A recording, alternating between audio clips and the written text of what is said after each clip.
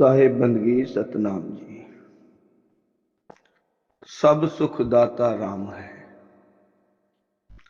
सब सुख दाता राम है, दूसर ना हिन कोय। कहो नानक बज हरि मना, अंत सहाई होय। तो ये कछुआ बाबा जो अपने आप को बोलता है कि मैं अखंड ब्रह्मचारी हूं,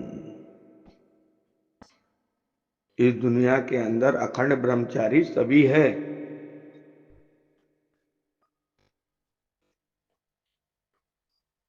सभी अखंड ब्रह्मचारी है। कौन क्या कर रहा है क्या नहीं कर रहा है किसको क्या पता, मगर मालिक से तो जुड़ा हुआ है ना। एकनाथ महाराज साहिब की कथा सुनाता हूं मैं। एक बार एकनाथ महाराज जी ने अपनी घरवाली से कहा कि भाग्यवान,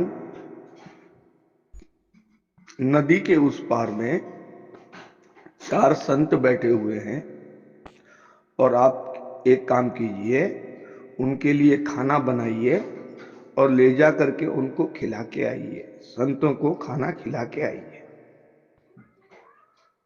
तो भाग्यवान ने क्या किया, खाना बनाया, दाल चावल रोटी सब्जी जो भी बनाया, टोकरा भरा। भरने के बाद में लेके जा रही है तो बीच में नदी थी।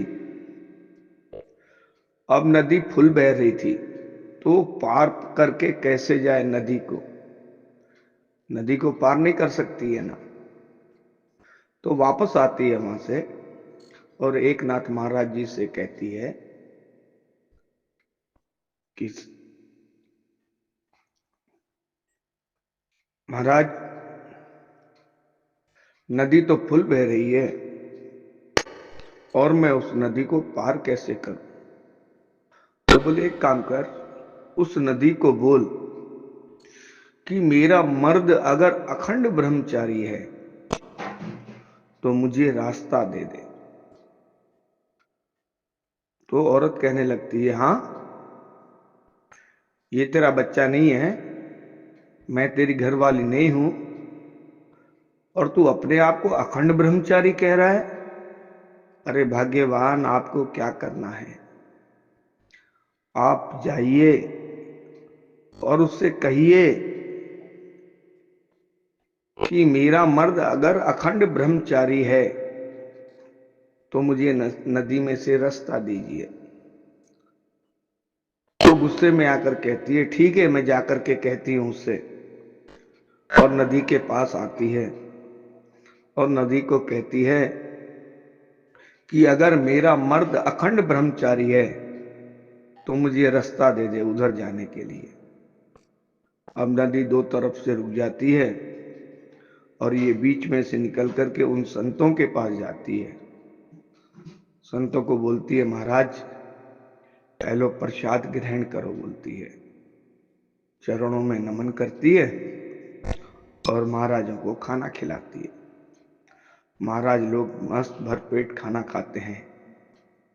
खाना खाने के बाद में अब ये माता वहां से निकल के आती है तो सोचती है कि ये संतों के पास कुछ है नहीं है, जरा मैं इनसे पूछ तो लूं, देख तो लूं।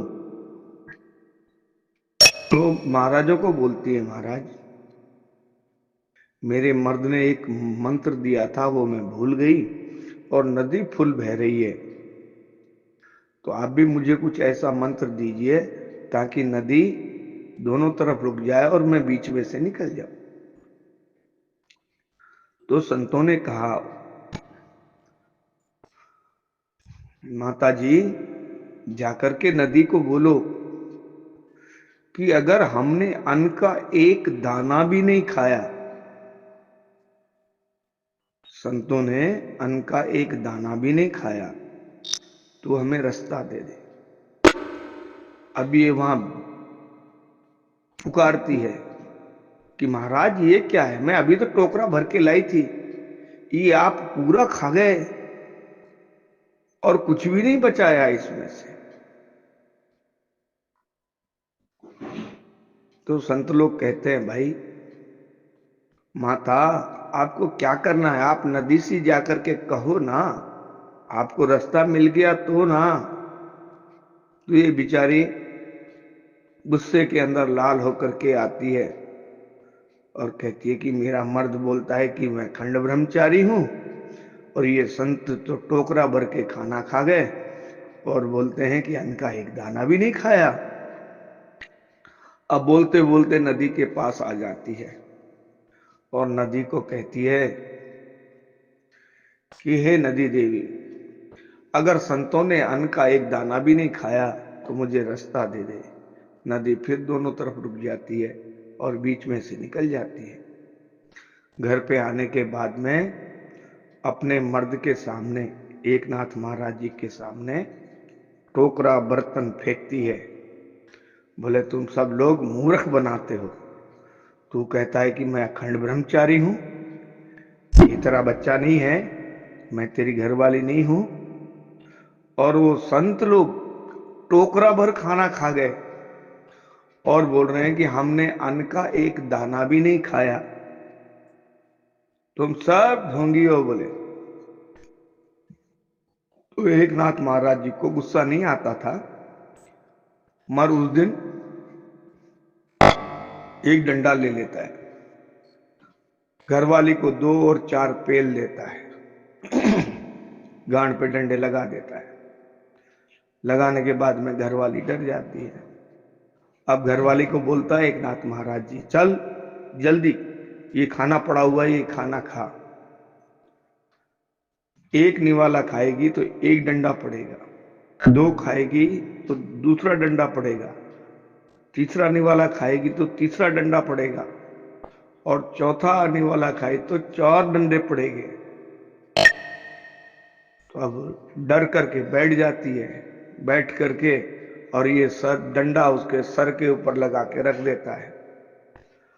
अब एकनाथ महाराज जी की घरवाली जो है गपा गप खाना खा जाती है। जब खाना खा लेती है तो एकनाथ महाराज जी पूछते हैं, भाग्यवान दाल कैसी थी? मुझे पता नहीं है, दाल में नमक था नहीं था मुझे पता नहीं है, उसमें मिर्च तेज थी या फीकी थी मुझे पता नहीं है, चावल का स्वाद कैसा था मुझे पता नहीं है, दाल कैसी थी मुझे पता नहीं है, रोटी कैसी थी कहती है मुझे पता नहीं है, सब्जी में स्वाद था नहीं था मुझे पता नहीं है। तो बोले तेरे को एक डंडे के डर से भोजन का पूरा स्वाद ही भूल गई, कैसा था क्या था तुझे पता नहीं है, और हमारे ऊपर जो सर के ऊपर मालिक का डंडा पड़ा हुआ है, हम 24 घंटे उसमें रहते हैं, तो हमें क्या पता हम क्या करते हैं क्या नहीं करते हैं।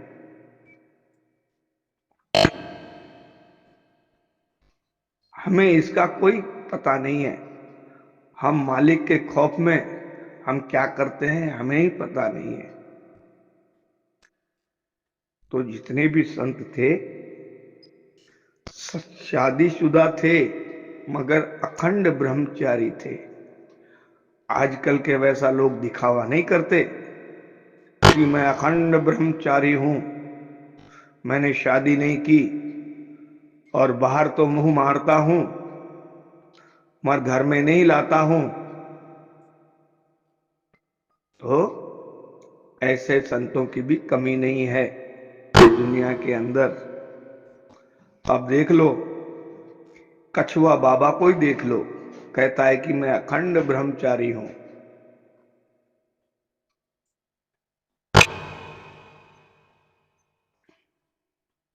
तो भाई तू अपने शरीर को क्यों मार रहा है और दूसरी जगह क्यों मुंह मार रहा है? शादी करो, 2 बच्चे पैदा करो, तो आपको समझ में आए कि गृहस्थी जीवन क्या है। सबसे उत्तम जीवन, अच्छा जीवन, बड़ा जीवन गृहस्थी जीवन है। कितनी परेशानी आती है कितनी नहीं आती है, आप शादी करेंगे तो आपको समझ में आएगा, नहीं तो काल दूतों को कहां से समझ में आएगा। खाली पोथी पढ़ पढ़ जगमुआ भयाने पंडित कोय, और एक आखर पीव का पढ़े सो पंडित होए। खाली आप पोथी ज्ञान ही सुना रहे हैं ना,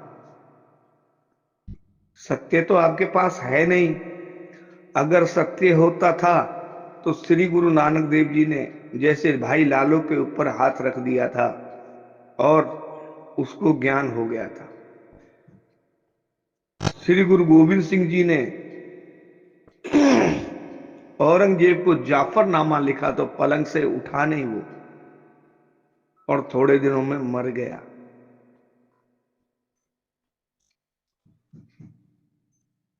ज्ञानी अगर हो और आपके पास ज्ञान है और आप कबीर साहिब हो और कबीर साहिब आपके सर पे बैठे हैं और कबीर ही बोल रहे हैं, तो कबीर साहिब के वैसे ही काम भी करो ना। क्यों अपने आप को ऊंचा उठाने के लिए और दूसरों को नीचा दिखाते हो। इस दुनिया के अंदर अखंड ब्रह्मचारी गृहस्थी ही है।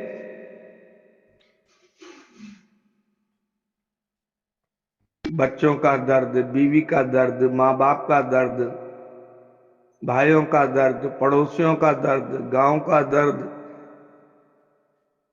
हर किसी का दर्द तब महसूस होगा जब दो बच्चे पैदा करोगे और करके दिखाओगे, तो समझ में आएगा कि परमात्मा क्या चीज है।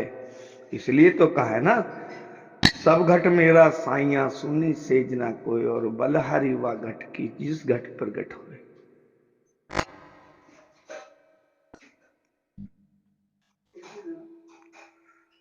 खाली तोते की तरह नाम रटने से कुछ नहीं होता।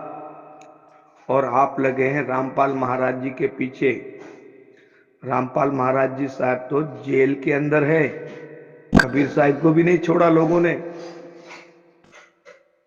लोगों ने कबीर साहिब को भी नहीं छोड़ा, 52 कसनियां देनी पड़ी थी उनको, और संतों को भी नहीं छोड़ा। श्री गुरु अर्जन देव साहिब जी को नहीं छोड़ा, तवी पे बिठा दिया। श्री गुरु तेग बहादुर जी को शहीद कर दिया गया।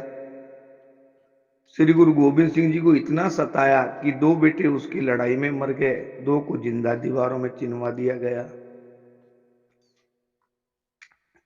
जो सत्य मार्ग पे चले और सत्यवादी थे, उनके शरीरों के 2 टुकड़े कर दिए गए, ज्वाइंट ज्वाइंट काटा गया, आरियों से चीरे गए, उबलते हुए पानी में डाल करके उबाला गया उनको। तो आप कौन से सत्य पे चल रहे हैं? महामूर्खानंद,